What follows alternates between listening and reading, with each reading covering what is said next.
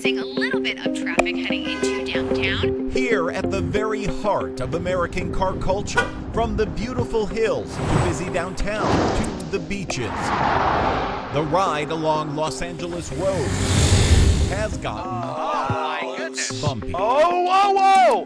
Infamous car chases, countless flashing lights, fevered caught-on-camera moments, and all of it driven by Out in parked in the regular public street. one Lights come on and they pull off. crime. Like 2 hours, and the truck was gone. The Valle family was praying in church when thieves spotlighted their Tacoma truck, stealing it from right outside their home. And we were so angry because this is so fast. It definitely hurts. And the pain has been growing for years. Our analysis, in fact, of more than 4 years of Los Angeles data shows that the number of thefts has jumped into overdrive. From nearly 16,000 in 2019 to more than 21,000 in 2020, to more than 24,000 in 2021, to more than 25,500 in 2022. To put that last year into perspective, that total number of vehicles is nearly double the amount that can fit in here into Dodger Stadium when this lot is completely full. 25,500 cars and trucks were stolen.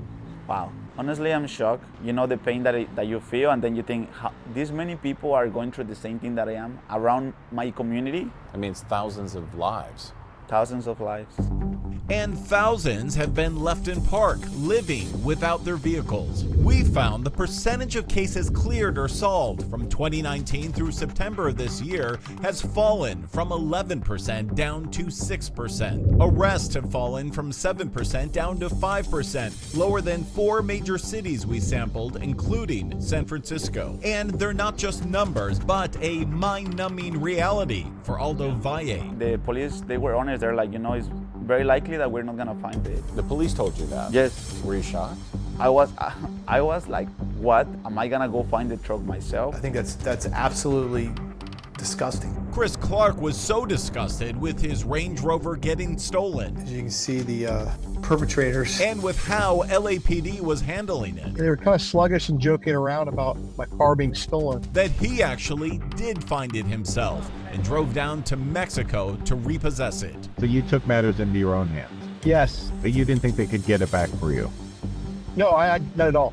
I didn't think they were going to try. Have you just given up?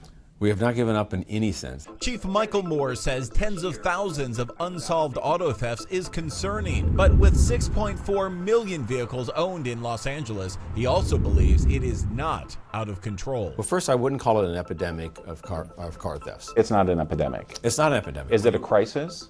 It's not. It's a significant concern. His larger concern is actually with the contributing factors of zero bail, lower prosecutions, fewer real consequences, and diminishing resources. When auto theft started to rise in 2019, he had more than 10,000 officers. Today, LAPD is down to 9,000. Civilian staff has also dropped from 3,300 to 2,600. We've lost hundreds of people.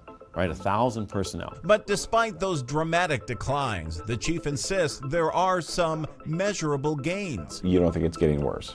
I think right now it's getting better than it was last year. This year we are seeing about a 5% reduction from last year's numbers, but we're still in excess of 60% higher in auto thefts today than we were in 2019. And there's 2 major manufacturers that make up more than 60% of that increase, and that's Kia and Hyundai. When you pull out of this gate every day, knowing the numbers, it's daunting. It's a daunting task. Yes, it is. Daunting because patrols have had a head-on collision with a new security hack. What's going on here? He found this car. TikTok users had demonstrated a high-tech way to target some Kias and Hyundais, So let's see what he has. issues that those car makers are now responding to. With this one, it looks like they did is pulled some of the underpinnings underneath the steering column, and they just went in that way. Now, low-tech patrols and good old-fashioned boots on the ground are bringing in results. So they've changed their methods, they've changed their tactics, so have we. We'll try and pay attention to the spots that we know become magnets for stolen cars. So this is a hot spot. Yeah. They've learned vehicles stolen in different parts of the city, spread out evenly here in red across Los Angeles, wind up recovered in a few of these same isolated hotspots, like East LA, Inglewood, and right where this one was found, near Watts. That car was found from just doing this, from just driving around and keeping your eyes From open. exactly what we're doing right now. That is driving in thousands of recoveries. Last year, they recovered a majority of stolen vehicles, 83%. Could this be stolen? It could be stolen. But that number is actually down as well, after recovering 90% of them in 2019. What's it going to take to get these numbers down? It's going to take a concerted effort. The best technology that you have, these two eyes.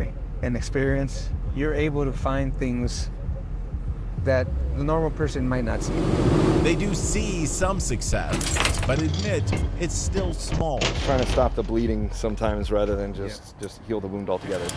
This is the best outcome for a victim once it's stolen. Yeah, unless right here. Yes. Gaining even an inch left victim Lee Tran feeling that LAPD did go the extra mile for him. And that was this morning it got stolen? Yeah. Luckily, the cops found it today, so.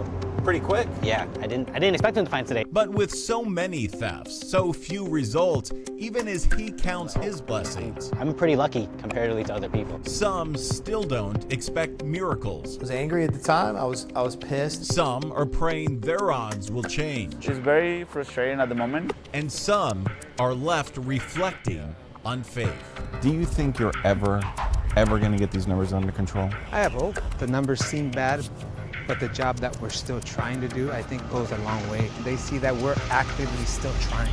One at a time. One at a time, one person at a time, one call at a time. That's all we can do, and we're not gonna stop.